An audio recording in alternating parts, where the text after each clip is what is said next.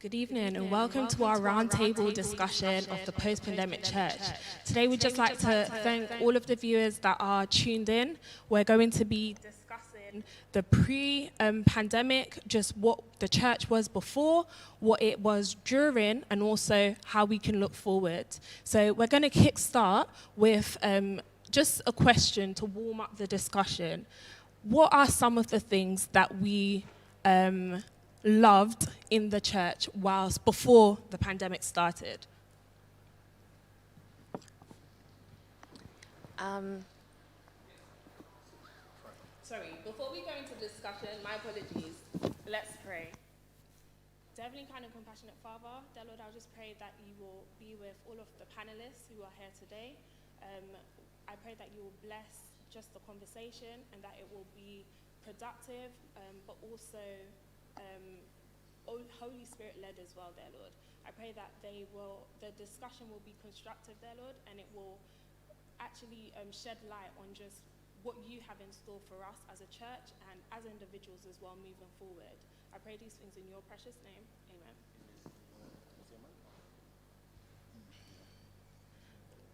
Amen. Okay, so as I said before, we're just going to kickstart the conversation and we're going to go round. As we go round as well and you speak, can you introduce yourself to our viewers online as well? So if we start with Chris, what were some of the things that you appreciated about the church before we went into the lockdown? Hey everyone, so I'm Chris, I'm a member of Brixton SDA Church.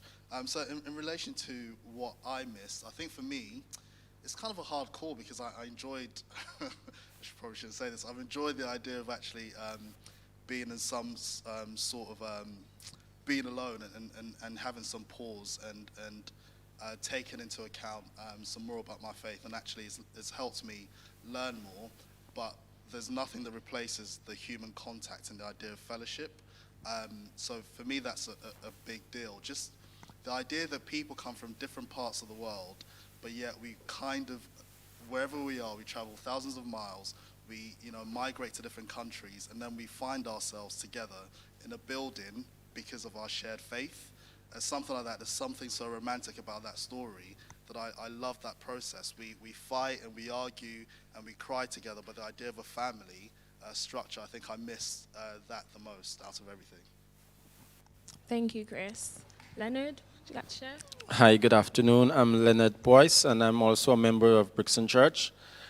There's quite a bit I can say I've missed. I am a person who loves hugs.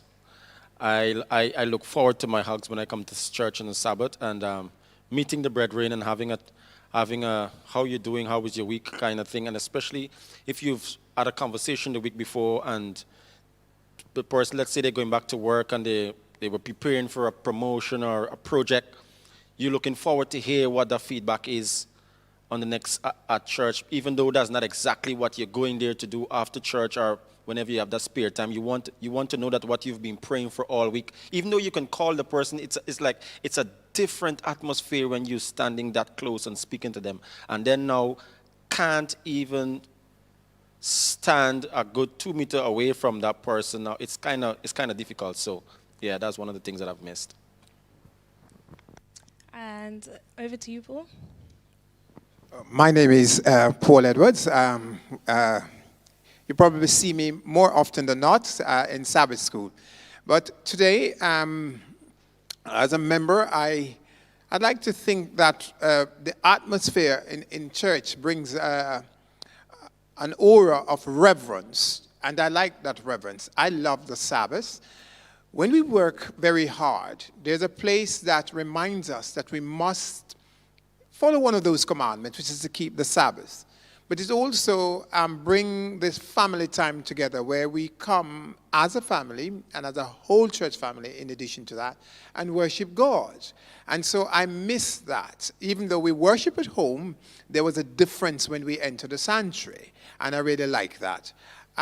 Also, I think I have a good rapport with the elder members of the church, and I like to go around and hear their stories and hear them talk about the love of Christ and the love of the faith, and we don't see them anymore. And unfortunately, we don't have the amenities to always call them and talk to them, all of them. And so I miss that sort of fellowship too. Thank you. Thank you so much. And over to you, Trishana. What was some of the things that you missed, or one of the things that you really missed? Hi, my name is Trishana Brown. I'm a member of Brixton Church. And I just wanted to say that, well, one of the things that I really miss is the fellowship, because I can get to see people that I cannot contact on the phone, because when I was at church, sometimes I would see like someone in the crowd or someone in the church and say, okay, who is that? I've never seen them before. And I can be able to learn their name, who they are, and whether if they're a visitor, if they're a member, you can be able to just have that conversation with them. You can be able to exchange like a smile to brighten up their day. So it's like being able to physically see someone and to greet them. It's a big difference compared to when you're online. It's like you're only seeing the people that you know rather than the people that you don't know. So. Oh, thank you for that. I can definitely agree with everyone. The physical of being in the same building and just the fellowship, it was definitely different, and that was something that I missed as well, specifically because I moved back to London. I've worshipped in Coventry for a number of years, and I was back and forth, but I officially came back to London and was so looking forward to fellowshipping with the members at Brixton, but obviously we went into the lockdown and that was affected, so that was truly something that I missed. But let's go on to the next question now. So we're now thinking of just some of the events that have unfolded, how we've adapted whilst we've been in the lockdown. What are some of the positives that we've seen coming into the lockdown? I know it may have taken a little while to kickstart, just getting our heads around everything, but is there anything that anyone can point out to say that it's really been edifying or it's even been positive? We've taken just a positive out of the negative of the lockdown. Does anyone want to kickstart? Anyone who's keen? Yeah, so it relates to kind of what I didn't miss, which that's kind of a negative slide, isn't it? But I think from a perspective, what I've actually enjoyed a lot more, I've never appreciated, obviously a Sabbath keeper, like relaxing on Sabbath and enjoying what it actually means to have physical rest. I had a nap like this afternoon. It's like I'm over 30, so that might explains it. But like I really enjoy that, and just the idea of even like the fellowship with the youth in the morning and having like a detailed Sabbath school and discussion rather than things having to be rushed. So I've appreciated that. I haven't missed the rushing around aspect. The kind of the formality of things and certain structures that you have to fall into. So it's made me appreciate Sabbath a lot more. Even like going out into the park for a walk sometimes and just relaxing and seeing nature and taking it from a different perspective. So I think I've appreciated that, and luckily I haven't missed the other aspects as well. Thank you, Chris. That definitely resonates as well, especially the nature part. I found myself definitely more engaged with nature during the lockdown and just finding different ways how to do Sabbath. I guess we were used to just one structure of coming in the morning, maybe going home for lunch, coming back in the evening. But yeah, that's definitely been a positive as well. How about you, Mr. Edwards? Well, I'll go back to Sabbath school. If you look at our normal practice, we had classes in which we would have our discussion. And those discussions were sort of, I hope I use the right word here, polarized to the class that you were into. And so a general theme or a general point of discussion from a scriptural point of view never got shared outside of that class. Whereas with an open panel, you can hear that discussion, you can learn from it, and you can apply it from a general point of view. Whereas people in, say, one class who might be on the panel, share that view to the world. You also have people who may not have engaged in Sabbath school, are now engaging online, expressing their point of view. They probably were shy or nervous, but the platform had allowed them to express themselves as well as to learn from. And it's also attracted people who may not have heard our views in terms of what our beliefs are and how we profess our faith. They've now joined from across the world, and I think that has been a positive for us. Thank you again. Definitely, I so agree with that. The online, I think, is definitely picked up, and I've seen how different people are engaging who ordinarily may have been too shy, maybe to go on the platform, and also how we're using varied talents as well in different areas. But also, if I may just make a point, there are people who never actually go to church. And I could now say to them, I'm on YouTube. They said, why are you on YouTube? I said, okay, go and check. And they actually like what we're talking about because they've never been in church. So it's a learning process for them as well. Okay, thank you. And how about you, Trishana? Could you repeat the question, please? No, sure. So it was in regards to how we've been operating as a church during the lockdown. Is there anything that you really appreciate that maybe would have been different from pre-lockdown to how we're operating now? So Mr. Edwards just mentioned the online aspect of it. We've definitely got a better and we're more involved online, obviously, because we're not able to congregate physically. So is there anything that you particularly are appreciative for or grateful for or you've noticed? There are several things that I'm grateful for, but just to narrow them down to a few things, I've appreciated the fact that not only our church, but also several SDA churches, they're able to hold like programs, and you're able to go on it and also to interact, because I'm also on like a prayer line run by an SDA church. It was created by Hackney, so it's like they have like the usual service, just as though you have like divine service. And to tell the honest truth, sometimes I'm really shy to be able to do certain things.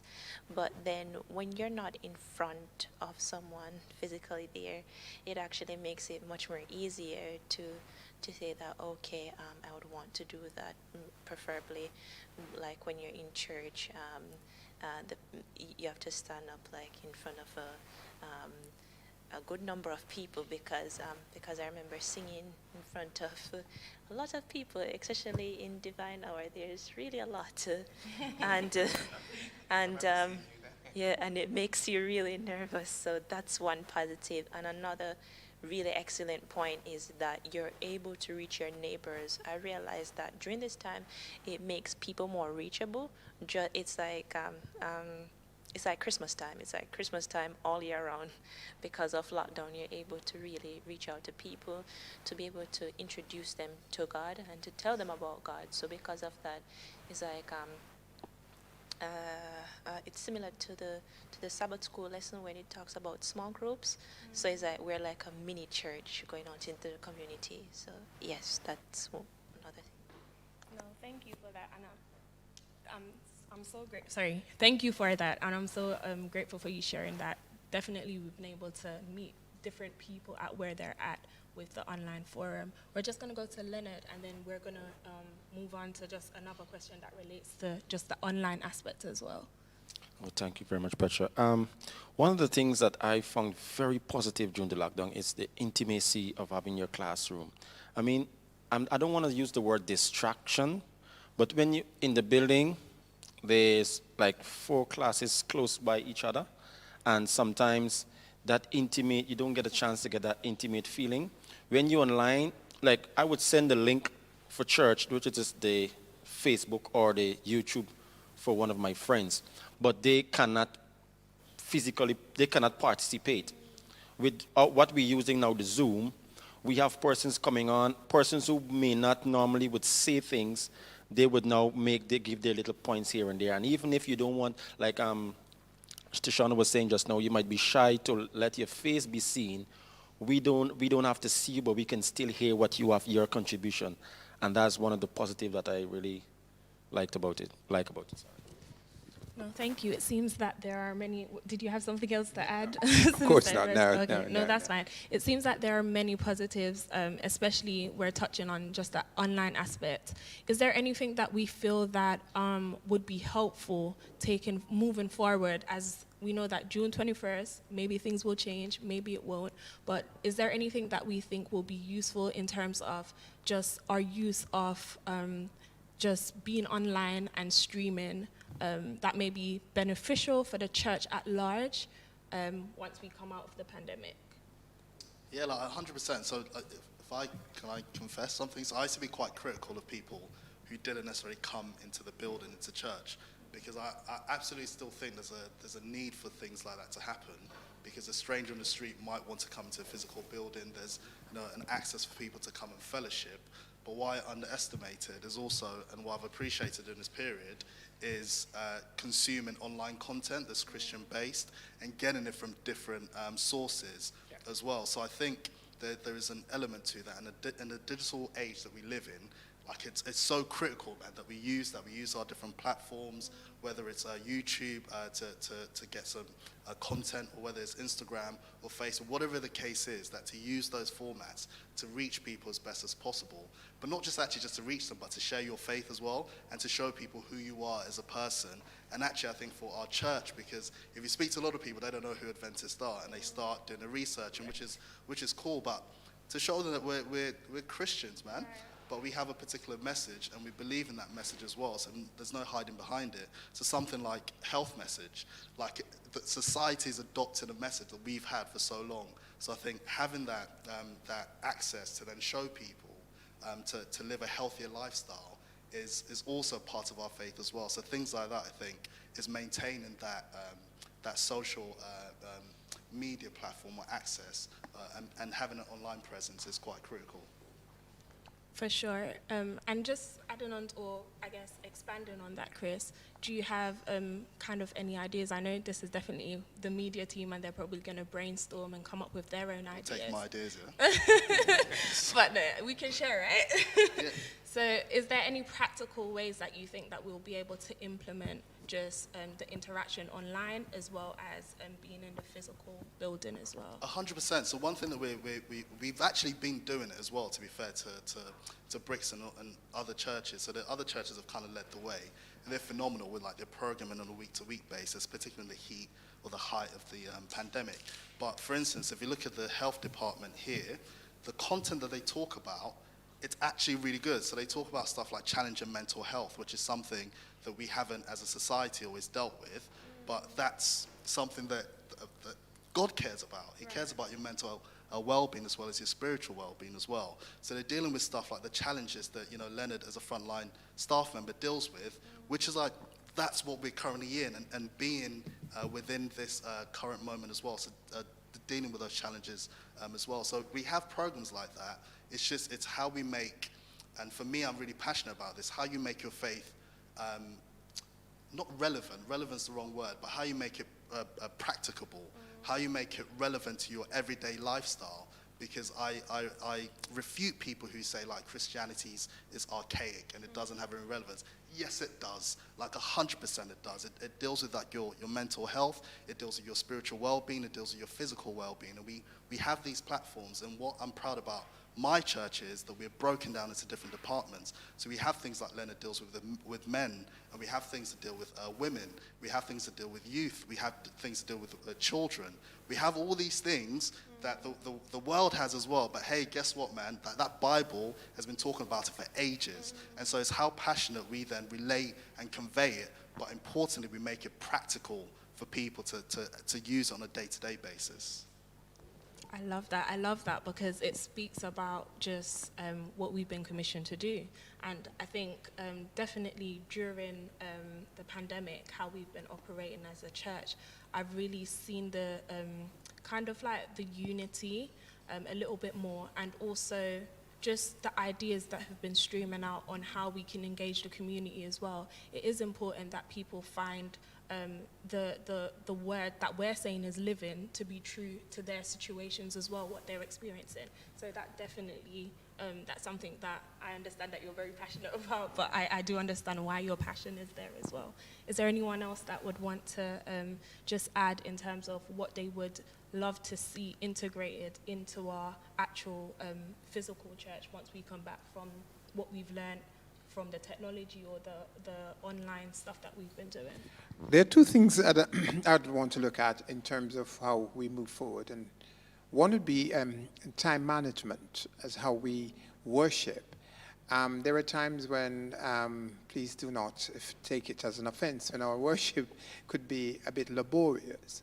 And therefore, we went on, and so you have to wonder, at the end of it, were there any message gain? And we don't want to hear, well, members saying, oh, heard that already, and say the whole mind process is already locked. Because of the pandemic, we're given time span, and we still do those same thing within those time span, and it's still a blessing. So if we need to look at that same tight man. We're not saying that we're cutting short and the worship process, but just to look at the relevance of our worship. And then the other thing is, there are many times when we do not see our brothers and sisters, and it's 5, 4, 6 weeks, and we say, well, oh, I haven't seen you. That's after the 6 weeks. We do not know whether they have engaged with the worship. We do not know what their well-being, as Chris spoke about, well-being is, and we do not know how they're coping. But because the word can go out now to help to encourage and improve their faith, that should continue so that they get the word even without being in church. And so they didn't come to church, they didn't hear the word, and if someone didn't visit them, they could be ill. They wouldn't hear it, they wouldn't connect. So that needs to go out from an online point of view. The other thing is that we have, in terms of resource, we have those who occupy church. This is my seat. I'm not going to give it up because I've been coming here for 10, 15, 20, 30 years. What the pandemic has taught us is to be kind, caring, and resourceful. So you no longer walk into church and take that seat that you planted there for 20 years. You learn to sit where the availability of seat is, because we are protecting ourselves, and therefore one of the things that was very pronounced is that we had people who had never been into church or come into church that came during this period, and they did not occupy a seat that belongs to them. They came for the pureness of worship, and they sat without any fuss, without any complaint. And for some of our members who like to occupy this particular position, they came and they learned within this process to be adaptable as well. So they move seats and they enjoyed the worship. And even in, again, resource, how we sing songs. I love the singing in church. But we have had to adapt how we stand, the number of people singing. So we got on without the choir, we got on without singing. So it's saying that our mind is now focused on how the worship is and how adaptable we can become in our church and in our faith. To be fair though, Paul, some of those seats are really comfortable. Whilst I say that, and I don't want to be a hypocrite here, I tend to sit in the same position. However, if I should turn up to church and someone is sitting there, which has happened more than once, I say to the family, let's move to another seat without the fuss. But there are those, I heard an experience where one visitor was sitting in a seat, and one of our members, they went to the toilet and they came back and they kimbo hand to the side and gave the stare as if, please note that this is Brixton Church and it's my seat. And I'm sure that person didn't mean to be mean, but we have to be conscious of our Christian ways and understand that our church is an open door to all who will come to serve the Lord. And that's as long as we understand that. So when we return, if you're asked to just make, because it might not be open in June 21st as we are anticipating, but I anticipate that there'll be a number of members who will be in church. But please remember, as Christian, we also have to be adaptable. That's a very good point, Paul. And I don't know, what is it? Did they call it plagiarism? I had my notes open here, and it's like Paul was looking into my notes. However, seriously, because that was one of the things, Paul, and thank you very much for that. That is one of the things that burned my heart a lot, and it's in my notes here because I decided I needed to write that down so that I don't forget, because it hurts me sometimes when I see things like that happen. However, I want to put a little twist on that, and just for the benefit of somebody who is doing it from a point of view where possibility that from that seat they can see properly, that person make that known to the elders department, deacons department, so that we can put things in place so that you can have a seat that is comfortable for you. However, with saying that, I would really prefer to see persons just get up out of your comfortable seats. You see a visitor. You know, one of the things that hurts me a lot, you would come up there with one of the best welcomes, and then in the end you will say, Brixtonites, turn to the visitor and give them a Brixton welcome. I mean, I've seen this in other churches, but I could only speak for my church, and forgive me, I don't want to see it, I don't want to step on anybody's foot, but you would have a wonderful welcome, and in the end you say, turn and give a Brixton welcome.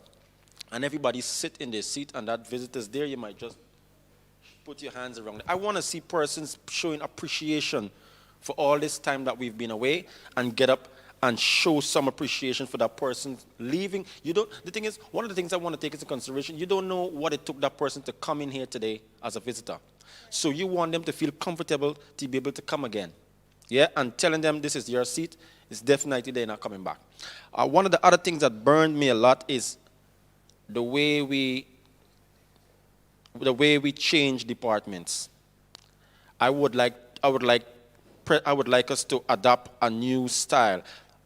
If I am head of this department this year, and next year I'm not going to be head, make me assistant. So that, what I'm asking for is continuity. I know that new leader is going to come with his or her own ideas, but unless that person have had a bad session, and you just want that person to go, our goal should be the same. We should be heading, if you're in the youth department, your aim should be for the youths to be to a certain level, be able to take over. So if the next person is coming in, he or she should be heading in the same direction with a little bit of guidance, and with you being there, with the plans that you've had, because many times when you leave departments, and everybody would say, finance, all these departments, you might have a few things that you wanted to push forward, and because of the time, it didn't happen. Like, for instance, all the plans that we had for 2020 and 21 gone down the drain. 2022, we're going to have new leaders, but those plans that we had could still go forward. With you being an assistant or I don't know why, when we leave a department, you completely gone from the department. After you head, okay, I've been ahead, I can't be an assistant, I can't be a part of this department anymore because I can't go from there to be followers. And just be a part of the department, push forward those ideas, and let's make it happen. Can I, not to take up too much time, That's but okay. I think it's important that some people obviously aren't either part of the Adventist Church. So just to explain kind of what Leonard was talking about, but also what the benefit of it is. So within the Adventist Church, we have, to cater to every single group that possibly exists, we have different departmental heads. And it's to get people more experience about being engaged and being, as we heard this morning, in terms of being disciples, we will have people nominated every 2 years to be head of men's ministry that looks after, male issues. Women's ministry looks after, issues to do with women, and youth ministries, like you're seeing this evening as well. So, but that's also on the flip side of it. That's kind of the thing I'm proud about with my church, is that it's not necessarily just focused on your spiritual growth, but there's an active focus on the different, the leadership aspect, but also catering to every single person that walks through the door. And as society is beginning to change and people beginning to change, and we have to figure out how best to then cater to all these different people as well. So whilst that is obviously something that we can improve on, for me that's actually something I'm quite proud of as a church, that we have these structures in place that we can improve rather than having nothing at all. No, thank you. Thank you for all sharing. That was actually going to be the next question. So it was going to be, what are some of the things that we don't want to carry forward in kind of like the post-pandemic church? But thank you for sharing some of maybe the things that we can improve on. And just to touch on what you were saying as well, Leonard, in terms of maybe the assistant role, just to put maybe a different spin on that, maybe it's about mentorship and it's about maybe who is going to step in. It's not a decision that's made at the end of the year when you're stepping out or whoever is stepping down, but it's kind of finding maybe the skill set of the person who you are looking to nominate or to put into that position, and therefore setting up something where you're mentoring them along the way so that they're in the picture of the bigger goal and everyone is working towards that bigger goal. The bigger goal is for, yes, that specific department, but for the church at large and more so for the community as well, because we don't just want to be a church that is, I wouldn't want to say entertaining, but is keeping things internally. We do want to grow and we do want to expand. So our ministry shouldn't just be for the comfort of our members. It should be for those who are outside and coming in as well. So definitely, I think what you were saying in terms of the departments is a good thing, Chris, because it allows us to cater to the different groups that are present in our church. But more so, I think it's how we progress that and how we add value to what we already have. Shoshana, and you haven't spoken in a while, if there's anything else that you'd like to add in terms of just anything that you wouldn't want to see going forward or anything that we can improve on whilst we're coming out of the post-lockdown or the lockdown, sorry. Well, as I don't want to bring too much negative, or any negative comments or anything, but I think that one thing that shouldn't be brought is, sorry. I think some things that can be brought or integrated into the service is that we're able to include the digital aspect and also being able to be at church physically, because for example, if you're in the physical church, it's just that you're within the four walls, so you're not able to reach others out there that you can reach digitally.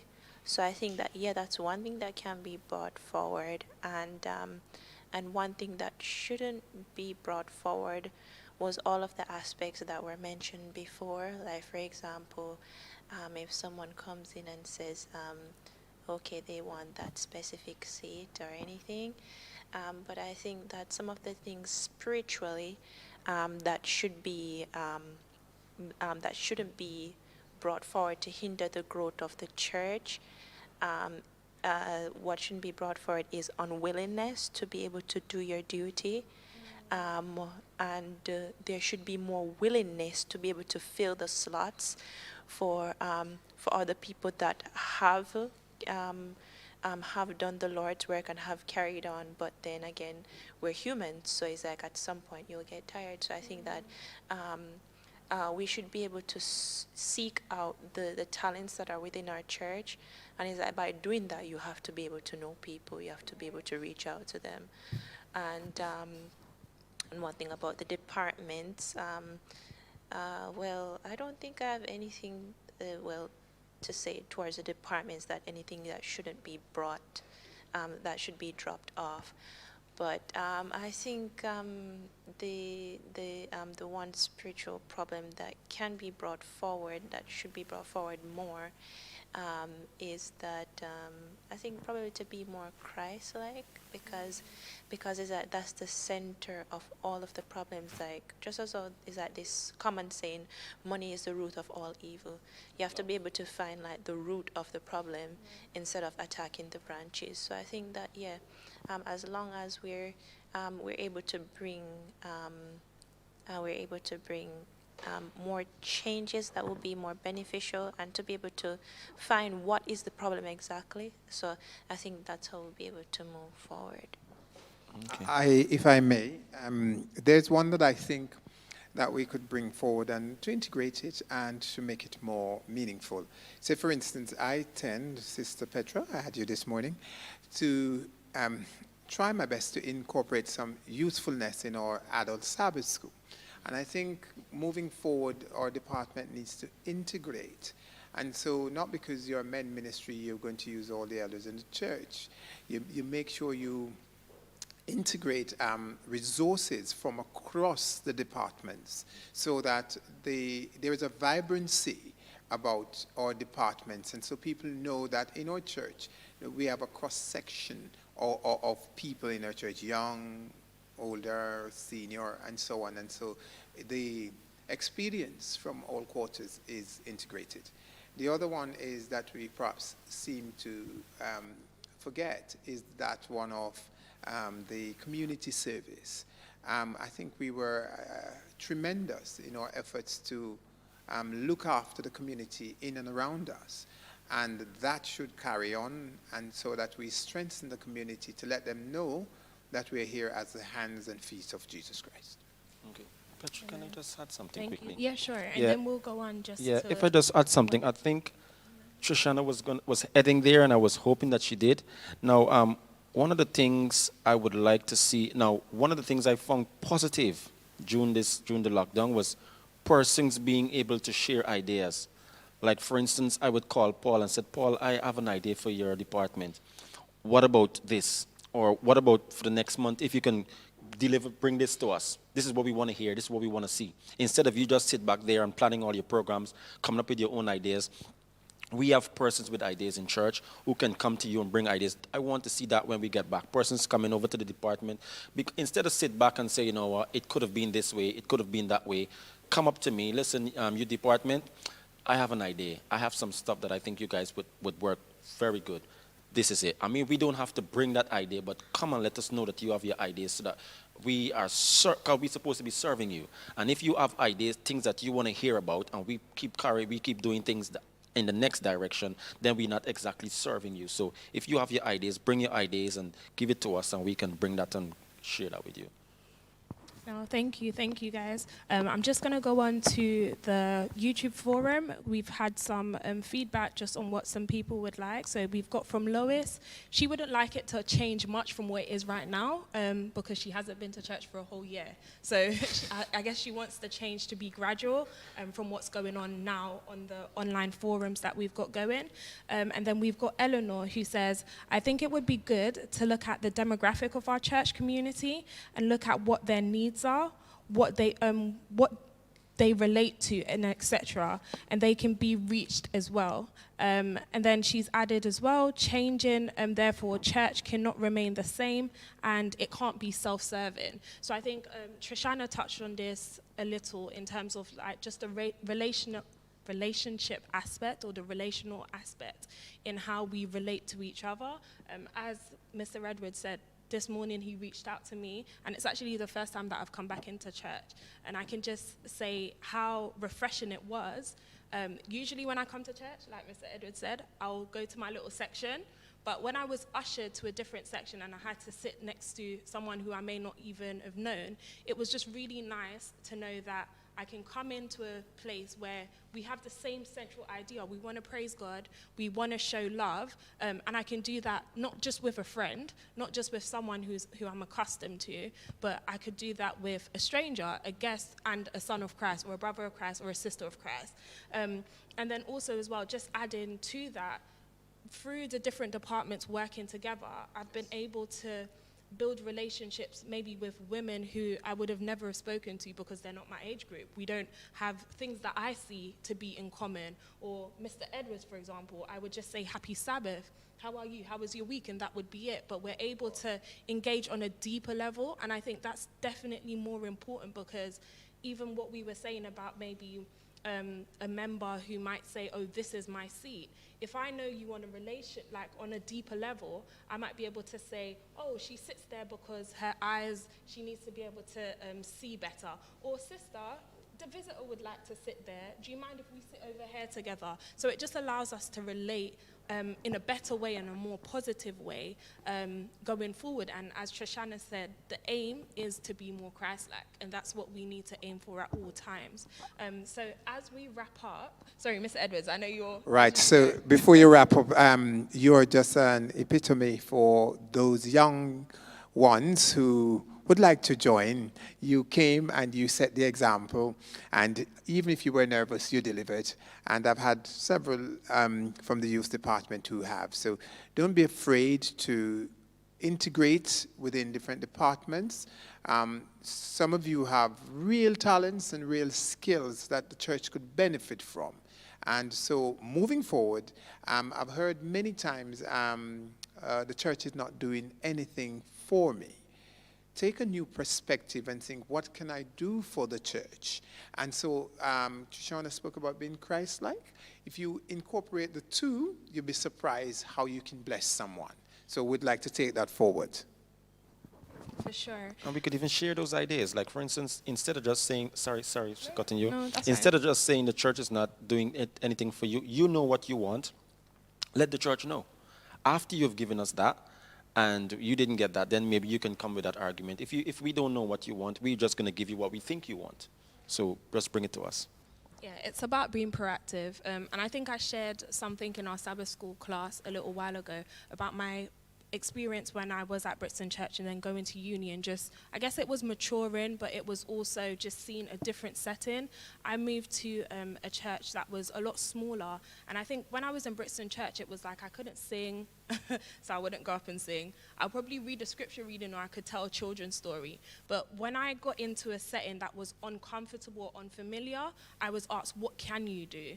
I was like, no, I can't sing. I can do scripture reading. And it was just like, okay, don't tell us what you can't do, but what can you do? So I think if we take on that attitude of being proactive, we will realize that the church serves us whilst we're serving the church as well.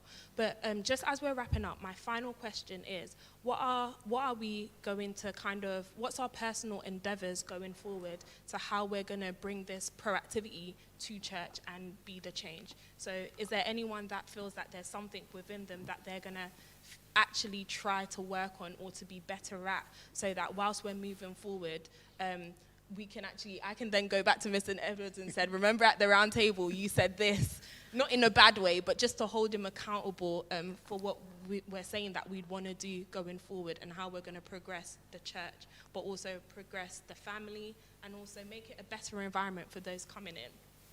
Well, I'm always held to accountable being a school administrator, so that's nothing new there. One of the things that I would like to see, and I started that and I spoke about you, I really think that church growth is quite dependent on the younger generation. And I think my personal goal, what I'm doing safeguarding, is not really a platform to start, but as long as I'm in Sabbath school, and Leonard is in men ministry, Chris is an elder in charge. If we try to incorporate and engage our young people within our new structure, then we are looking for the potential of growth spiritually as well as growth physically. And I would like to see that, and that is why I try my best to do so at all times. No, thank you. Is there anyone else who is looking forward to starting something new or changing something that they contribute to church? One of the things that I would personally do going forward is the attitude that I have towards worship, because, like, for example, Christianity is actually individual, but yet it's also a group, because, for example, we're doing a lesson, just as an example, we're doing a lesson and it's like, I can't remember entirely what it was about, but it's like they were saying that, okay, the change has to begin with you. How are you in your Christian walk? Do you portray Christ? Can someone actually point at you and say, I can see Christ through you? Because that is what the disciples of old did. And actually, I think that, yeah, even though it was the olden days, we can still be able to continue to change, but then the core is that your core beliefs are still there. Because even though, yes, times and everything will change, but then there's the belief that doesn't change. So I think that for me, I think going forward, I have to improve myself and my image so that others around me can be able to also change, because it's like just like what can I give an example of? Just like, for example, the Tower of Babel, perfect example. The reason why the people couldn't work together is because they speak different languages. But before the confusion, they could speak one language and they could be able to work together. So, for example, if this part of the church doesn't, is like, if they're shifting away from the core values, then obviously the one below will have a problem with it. And then once the one below it, then the one even below that one will have a problem. So then it just is like, it's just all about us having the one goal, one vision, and going forward with that vision, and then we'll be able to work together just fine. Because how can you work together if all of us don't have a common goal? So I think that's what I need to do personally, because image does a lot for people. It's like, for example, I was walking on the road one time and someone from my class said, "Trishana, are you all right?" I said, "Yeah, I'm just fine." She said, "Are you sure you're all right?" I said, "Yes." She said, "You had a frown on your face." I said, "Well, I think that's just my resting face." But yeah, I'm just fine. My mood is just fine. She said, she said that, well, I wouldn't know. So it's like, it's just as a so it's just like having, like, for example, and you'd say like it's like inside Christian life, you don't have it outward. So you have to be able to show it outwards to be able to reach people. So yeah, it's like the change technically is all about you changing. If you don't change, then others around you are not going to be willing to change. So yeah, and that change is only done by the Holy Spirit. So we can only do so much. Amen. Thank you. I'm so glad you said that, because I also have that resting face. If there's not a joke, I do not smile. So that is definitely something that I'm going to try. I think actually Kelly brought it out this week, and I was like, whoa, okay, yeah, I need to work on smiling a little bit more, because, true. Okay, that's good. But yeah. Well, I need to find my resting face because no, one of the things I think I want to improve on, and it's something that I already do, I make it my duty to meet every visitor that comes through the doors. And I sometimes miss a few. And that's because I might see them sitting next to someone and think, okay, Paul is going to say something, or Trish is going to say, Chris is going to say something. So I leave those ones, or I might, you know what, that's a younger person is going to take that one, or that's an older person. But my going forward, I want to, if it is possible, would even take a few persons with me and say, you know what, I saw 6 visitors. 3 of us going to take 2, and we're going to get to know them, see if they're going anywhere for lunch. If they're not going anywhere for lunch, take them into the youth hall, ensure they're served before we leave to go home. That's one of the things I think I want to go forward. Right, and I think just adding on to your point, like, because we have the welcome team, right? So I guess maybe it's about who is on the welcome team, and also just actual representation of the demographics of who's coming in. So maybe we need a young person, maybe we need, as you're saying, Mr. Edwards, someone who's caring, someone like you, Leonard, as you said, you don't have a resting face. I probably wouldn't be the ideal person at the door. I can smile when they come in, but then my face might go down again. You will learn over time. You will learn over time. So yeah, I think that's definitely something that we can look into. But Chris, did you have something to add? And then we're just going to share what the online community is saying as well. Yes, so sure, I think from my perspective, so kind of looking at it from a holistic perspective, as obviously being part of the pastoral team, but actually more importantly, being a member of the church, is what type of church I want to come back into and kind of what role I will play. So for me, I want to come back into a church that's people-centric, so really deals with people. And a lot of people argue and say, you know, it should be faith-centric, but being people-centric is a consequence of your faith in itself as well. And also a church that, you know, often pops the bubble, so we live outside of a bubble as well. And actually I'm beginning to see that a lot more, where we're talking about issues that affect our community, we're talking about issues that affect the world. We're seeing people obviously suffering, and we're seeing wars that are happening, and we're ensuring in our prayer meetings that we're praying over these things and not just necessarily just praying over ourselves as well. But also a church that for me is honest, right? Because as members of the faith, we know we have the highest aspirations, but we also recognize that we're human beings and we're susceptible to falling. Yes. So for instance, again, I'll plug the health team, so they're tackling domestic violence. Just because I'm a Christian doesn't mean stuff like that doesn't happen, right? People do stuff like that within the church as well. So being honest and saying, how can we tackle these issues that exist as Christians as well? So we're having these things that are ongoing with our different departments, our different members, and also as individuals, we begin to talk about it. So a couple of years ago, a few of us started something called Friday Night Live, and the idea behind it was to make it a really soft landing for people who've never heard the faith before, but to talk about stuff that was relevant to them.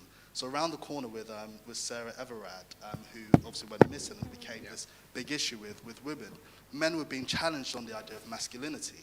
So for me, it was like, okay, I want to do something about a program that looks at the idea of masculinity. Because if we look at how Jesus dealt with his masculinity, it's very different from what the world says we should be like. True.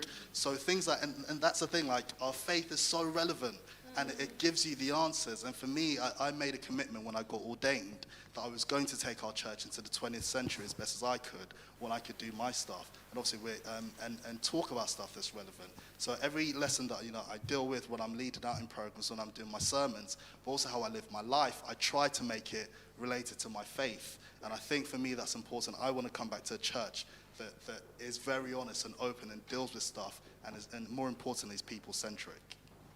Okay, just before you wrap up, you see, one of the things that you said about people-centric, we have to be very mindful when people return. Because where we used to have perhaps a death a year, we've had several deaths within our church. And we have not been there, or we haven't seen these members grieve. And so we have to be a little bit more sensitive with how we deal with them. It's not going to be the same. And, your what you call it, your frown on your face, or whatever face you call it. We can't just now assume... Rest in face. Thank you so much. We can't just assume that the rest in face means that everything is okay. And so we have to reach out a little bit more as a church community to those who may have suffered, and try to embrace them and help them along the way. We cannot help but being careful when people return.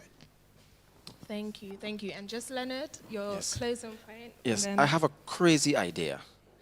Is it possible? I mean, how can you, Paul, welcome a 5-year or 6-year-old coming into church? I have a crazy idea. What if we have people of every age group? You see a youth coming in, we have youths doing that, welcoming that youth that is coming into church. We have children coming in. We have children doing that welcome them, take them to their seats if possible, sit with them, that kind of thing. What do you think about that? Men ministry meeting, if it's a man coming in, somebody from the men ministry or a deacon meeting him, a woman coming in by herself, we have the women's ministry department, somebody from, like introducing them to what we do for you as a child, as a woman, as a man. As a youth? As in everything, it's from an education point of view, it has to do with training. And I think it is not an impossible thing. We can train people to meet, because after a while, it becomes a practice. And once it's a practice, you disseminate it, and it works within the fiber of the institution. So it's not a crazy idea. It's a welcoming one. And remember, I spoke about time management. If it is done in a sort of sharp way, as people come in, it's done over a period of time, it becomes a practice. And if you have a child doing welcome, and he or she is already accustomed to doing welcome, when they reach youth, it's a part of them now that this is what I was doing, this is what we should do. So you don't know after, as a youth, tell them, you know what, someone is coming into church, give a welcome. It becomes that natural thing for you to go and meet someone. But also, with the advent, or should I say, the use of the advancement of technology, we could also use that platform week after week to say welcome. Okay, all right. Thank you, guys. Thank you for sharing. I know that it seems that we're going to be having a lot of positive change going forward. So just sharing, so we've got from Tara, she said, I would like to see older people who have now had a better idea of technology, of how technology works, embracing innovation a little bit more. And to be honest, I think they've done pretty well. Yes, with coming online, and especially if they've started from not knowing how to probably work their phones or anything. So they've done really well. Also, Tara said more persons who are wanting to go out and embrace the community. And then we've got Chani. She said, yes, we can ask ourselves, what can we bring forward? However, the church has to also be open to the new ideas. So this is what we're saying. We can discuss this, but definitely we have to be proactive in actually implementing these things as well. And then we've got Jessica Roberts. She's saying, don't wait for the community to come to us. Let's go out first and meet them. Let us be truly open and welcoming, plan programs primarily for the community as the target audience. Let us be truly relatable. And that's true, because we all go through our individual struggles. There's no point us coming to church. We know that it's supposed to be an environment that is happy, but we know that we can only be full because of Christ. But that doesn't mean that we don't go through our individual issues. That doesn't mean that we can't relate to someone else who's also going through those issues just because we're Christian. So I think those points are definitely valid. I know that this conversation, it definitely shouldn't stop at this table. It has to continue for us to actively see the changes that we need. Oh, yes. Were you going to add something? I was just going to say we can't be the happy Sabbath community. For sure. Yes, we just can't. We just can't. Yes. I also wanted to say is that really, to the comment that says, I think what you were saying, I think because we're Christ-like, we should be, you'd say, relatable. Because it's like one thing that I've always said to my mom is that I think that Christians are supposed to be the most people's person that you've ever seen. Right. They should be involved with people so much that is that you can say that, oh yeah, you're definitely a community person, because when Jesus came down on this earth, he wanted to relate to everyone, to be able to say, okay, without passing any judgment, wrong judgment on them. He was able to reach to their level. So it's like when you look on his birthplace, how he was born, how he related to people, that was his very purpose in life. That is what his ministry hung on, to be able to relate to people, to be able to reach to them. So it's like, so Christians should be able to be relatable to other people, even if they didn't experience exactly what the person experienced. They're able to sympathize and to be able to help them to go through it, because I think that just being Christ-like is able to counteract all of the problems that we have in the church. Because, for example, if you're Christ-like, it means that even though you're going through a lot, it still means that you should be kind, you should be understanding, you should be able to care, to be able to love some person who is not related to you by blood. So yeah, Christ-like is like it's a whole package. So yeah, yeah. That's what I have to say. And I think that's an important thing that you said, because love shouldn't be optional when you're saying that you're in the body of Christ. Yes. It should be something that definitely we've got our own different characteristics and stuff, but love should be something that we have in common for sure. So I think definitely what you said. We've just got John as well saying, how do we go forward both virtually and in person? And I think it's like what we're doing now. For example, this program, we've got people we're here physically, and this could have been on the platform, on the restroom, and there's people that's also communicating virtually as well. So it's things like this. It doesn't mean that this has to come to a full stop just because we've gone into, well, that's my opinion anyway.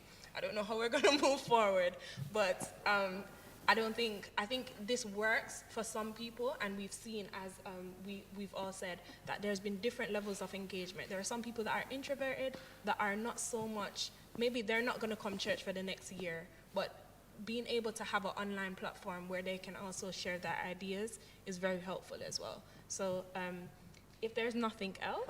Well, I think moving forward, we just have to maintain our online platforms. Right. And where there are areas for improvement, we improve it. In terms of physical, we're not sure if it is going to be a rollout, because the disease is still prevalent. And so what I would say is, if and when we get the chance, we have to open our arms to those we haven't seen. And because some people may have become comfortable in the fact that they haven't been to church for a very long time, like you, Petra. So I got but you're here today, right. And I'm sure the experience is quite benefiting, Leonard, right? So the experience is quite benefiting, and so you can speak about it today almost as a testimony. And so we have to then reach out to those who may be feeling, oh, well, I don't really have to go to church again. We need to reach out from a pastoral level, from a departmental level, and even from an individual level. We need to look at what the membership role and see and seek out people who have not engaged for quite a while. Right. That is one way of moving forward. Thank you. And we've just got Eleanor as well, who said that we have to be comfortable with being uncomfortable. So as you've pointed out, I was very comfortable with remaining at home and checking out different programs from different churches, because it was definitely more convenient for me to flip between different churches than actually traveling out to those churches. But this is an edifying experience, and it can't take away from what the physical church actually brings as well. So we're just going to wrap up with a prayer. Thank you so much to my panelists. Thank you for supporting me through this. And it's been a very good discussion. I just hope that once we do return to whatever the new normal will be, that we will continue this conversation, but not only just talk, but actually be proactive and make the changes that are necessary in order to really reach to heaven and bring as many people with us as we can. Okay, so thank you again. If we can bow our eyes and pray. Bow our heads. I'm out of practice.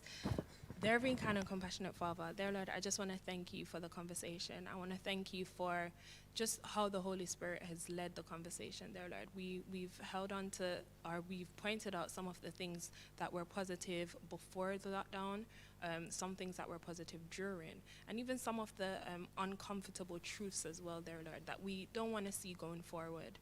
I just pray that each of us here, as we make the commitment to be better, not better for ourselves or better for other people, but be better for you, so that we can just enjoy the journey until your second coming. Not because we're not doing the work, or not because it's not uncomfortable, but because we'll be knowing that we're being closer drawn to you, and we're actually becoming more like you as well. I pray that those online who also tuned in would have found it edifying, there, Lord, and I pray that those who will return to church, who may not be watching this program, will also see the benefits and reap the benefits of what we've discussed today. I pray these things in your precious name. Amen.